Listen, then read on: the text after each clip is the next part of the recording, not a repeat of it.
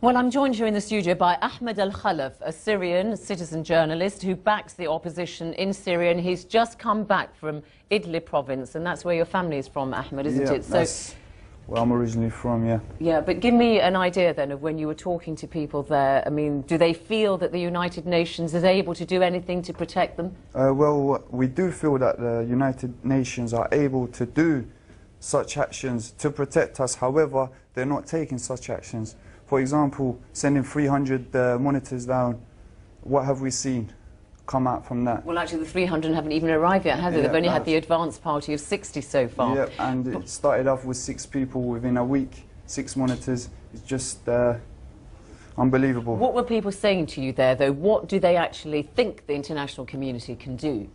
International community as in people or the leaders? No, what does the United Nations do, basically? Because most things happen through the UN, don't they? The UN are able to do such stuff as the people, the Syrian people, are asking for military intervention.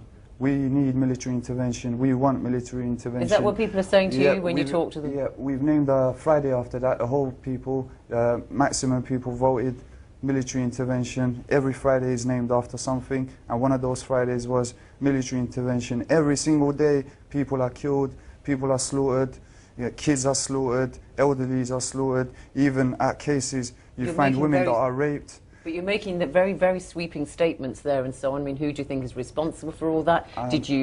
What did you see that you can actually say is verifiable that you saw with your own eyes? Yeah, it's the president, Bashar al-Assad, who is responsible for all of this that's happening from day one of this revolution.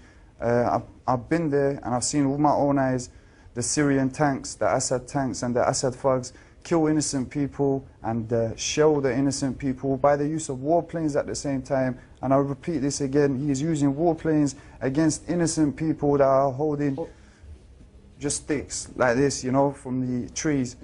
What about the bomb attacks that we saw today? Because the government say one thing and the opposition say another. Yeah, basically, what do you expect from a child killer?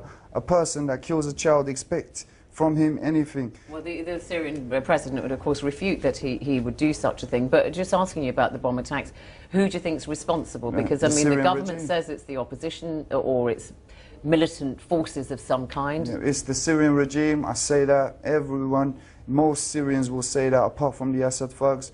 The Syrian regime has been doing relevant distractions like that from day one, bombings, shelling, using warplanes against innocent people, child killing. What do you expect from a child killer? This is President Bashar al-Assad who is killing his own people. But you accept that there are many forces now in Syria who may have an interest in fomenting the kind of violence that we saw today. It may not necessarily be government forces. We've got strongly Islamist militant groups there as well. No, this is just a way of saying by the media, of the Assad media, this is just a way of representing, just a way to try and get himself out of the story. He just blames it on anything. He calls people armed groups and all of that, when he is the main terrorist. He's the biggest terrorist inside Syria, him and his army, just killing the innocent people. Over 14,000 have been killed, 14,000 by name and place have been killed by the Assad regime when they were protesting. Ahmad El Khalaf, thank you very much indeed for coming to talk to us. Ahmad El Khalaf there, a Syrian citizen journalist